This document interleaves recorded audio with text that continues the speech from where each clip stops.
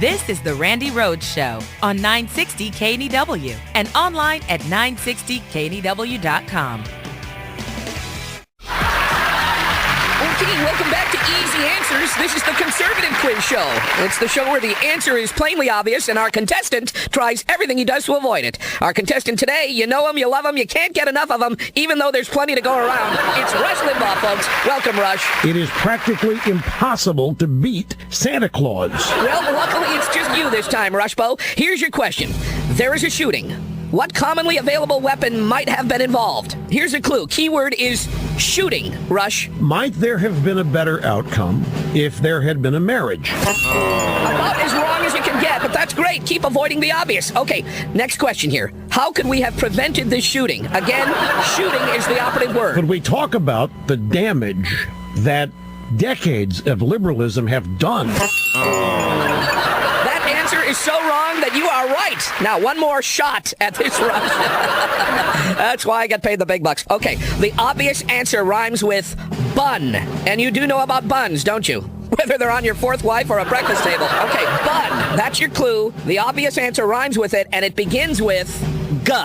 Ready? Go. If we hadn't taken religion out of as many lives as we apparently have. We have a loser, folks. And it's Rush Limbaugh once again. That's amazing. Rush, we are in awe of your avoidance. Tune into the next episode of Easy Answers, folks, when our guest is Gretchen Carlson. When people, unfortunately, want to kill other people, there's a lot of ways to do it. Okay. Can't wait, huh? Can we put her like in an isolation chamber just for my own personal safety? We'll see you next time on Easy Answers. You'll be flabbergasted.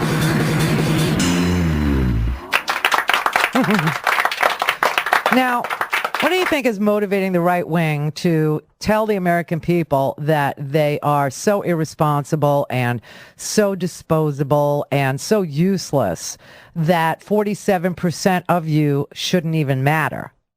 47% of you are just written off by that entire party. I mean, this is why Mitt Romney was exposed as, you know, being somebody that isn't worthy of being the president of the United States, right? When people saw him talking to those donors, those fat cats in Boca Raton, $50,000 a plate for a dinner with a guy who has no power, in fact, no job to speak of and hasn't in 12 years, you know something is so wrong with our value system, with our governing system, with our system of running for president, electing people to govern, you know, on our behalf, representing us.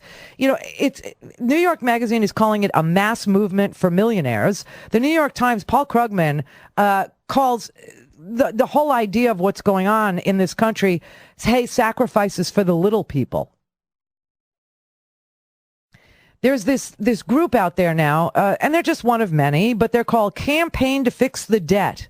And it was written up today on the alternate website, alternate.com, by Lynn Stewart Paramore. And she actually has got this, you know, completely in hand. I mean, this is what's happening here. She said the Campaign to Fix the Debt is a huge and growing coalition of powerful CEOs, policymakers, politicians, all on a mission to lower taxes for the rich, cut Social Security, cut Medicare and Medicaid under the cover of concern about the national debt. The group was spawned in July 2012 by Erskine Bowles and Alan Simpson, architects of the misguided deficit reduction scheme in Washington back in 2010. And now the, quote, fixers have collected a war chest of $43 million. Private equity billionaire Peter G. Peterson, a longtime enemy of the social safety net, is a major supporter.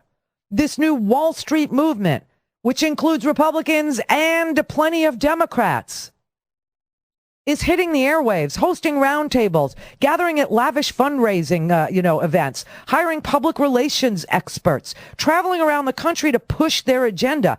They aim to seize the moment of the so-called fiscal cliff debate to pressure President Obama to concede to House Republicans and continue the Bush income tax cuts for the rich while shredding the social safety net. The group includes Goldman Sachs' Lloyd Blankfein, J.P. Morgan Chase's Jamie Dimon, Honeywell's David Coate, Aetna, Mark Bertoloni, Delta Airlines, Richard Anderson, Boeing, James McInerney, and 100 other influential business honchos and their supporters. Now, these corporations, represented by the fixers, have been the recipient of these massive bailouts that we gave them.